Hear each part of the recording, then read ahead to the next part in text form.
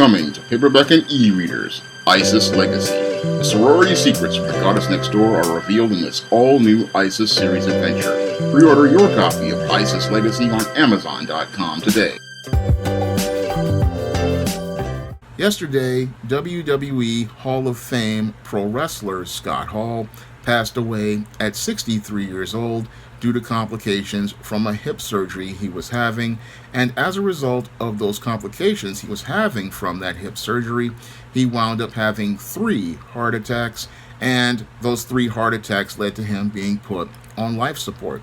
And as a result of him being put on life support, his family made the decision to take him off life support after they all got together to see him for one last time. Now, your Scott Hall will be somebody who definitely will be missed from the world of pro wrestling, and as a wrestling fan, I really mourn his passing because Scott Hall was a major part of my childhood with his portrayals of the Diamond Stud in WCW and his portrayal of the iconic character Razor Ramon. Now, I remember seeing Scott Hall wrestle for the first time in WCW when it came on Channel 11 here back in the late 80s and the early 90s, and I remember seeing him wrestle as Diamond Dallas Page's enforcer, the Diamond Stud. And even as the Diamond Stud, he had a powerful presence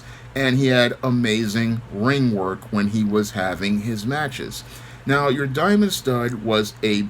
small-time player in WCW, and your Scott Hall decided to move over to the more popular WWF in the last days of the Rock in Wrestling era. Now,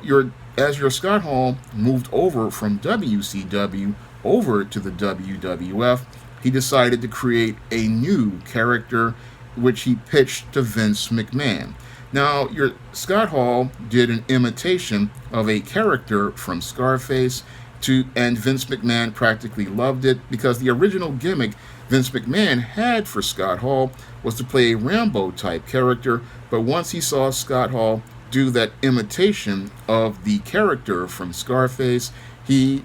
went with that character as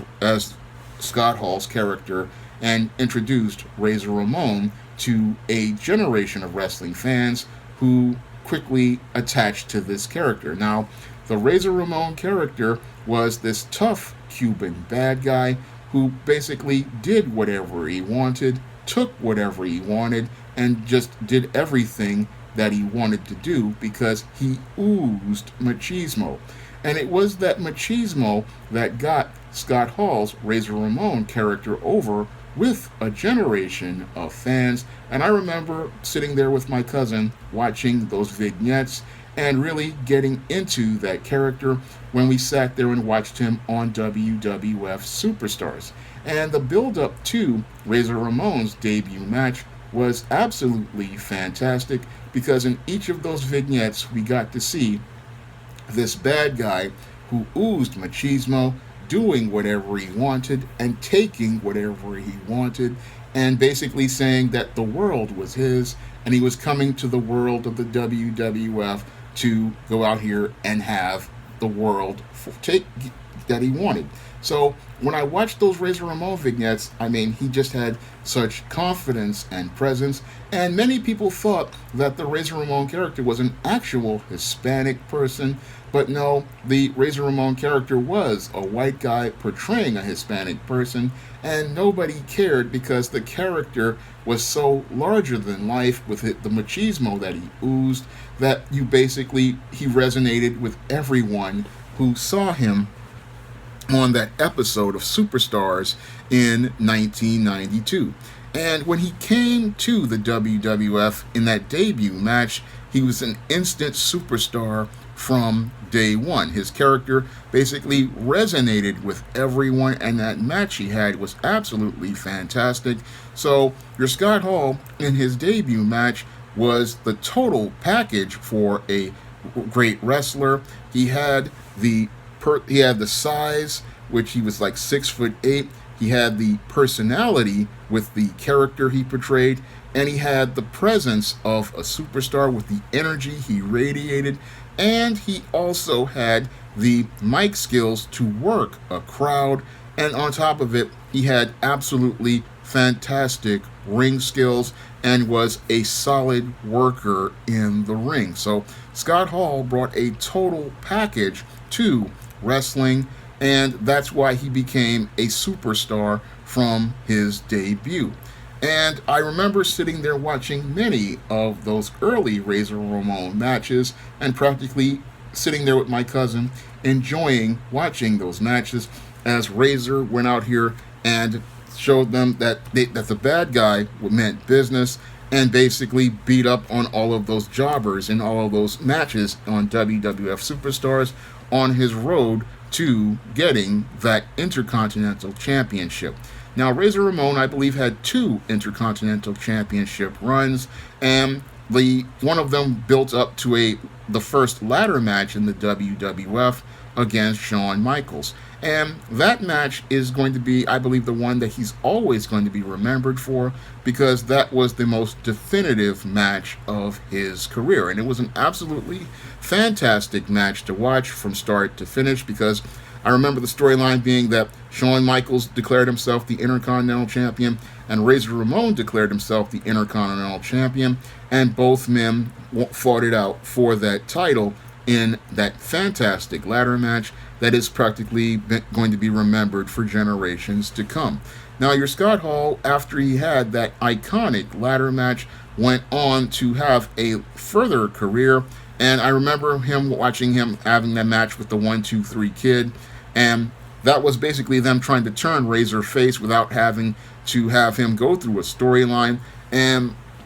not lose any of his energy, because he was the bad guy. So they wanted to keep him as the bad guy, but they didn't want him going full baby face. They wanted to keep the machismo and the masculine presence. So they brought in the 1-2-3 Kid, aka Sean Waltman, in to be the face of the story, while Razor could be face and not have his heel heat taken down. So that was one of the reasons why they brought in the 1-2-3 Kid. And your Razor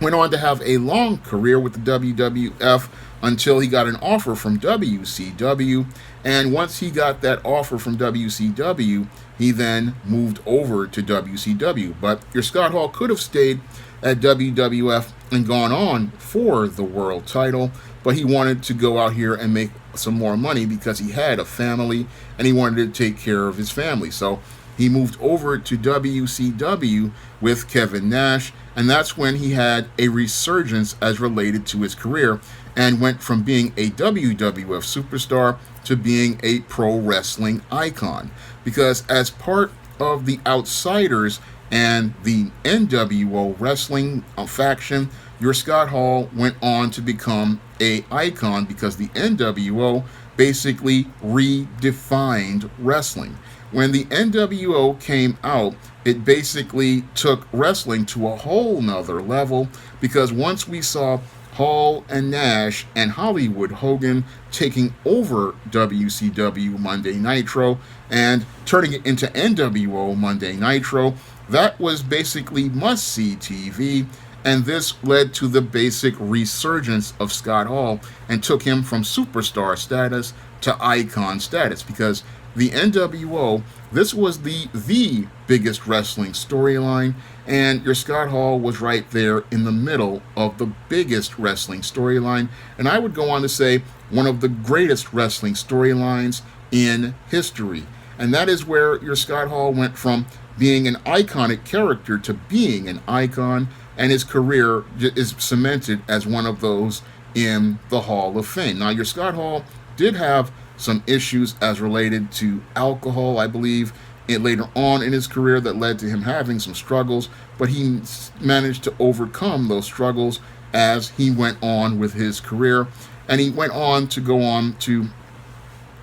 take care of his family and take care of his business. Now, your Scott Hall, again, he went out here and worked very hard to get this career, and while he had some bad times, the bad guy will always go on to be remembered as an iconic character in wrestling, And Scott Hall will be remembered as one of the great icons of pro wrestling in many memorable matches. And I will always remember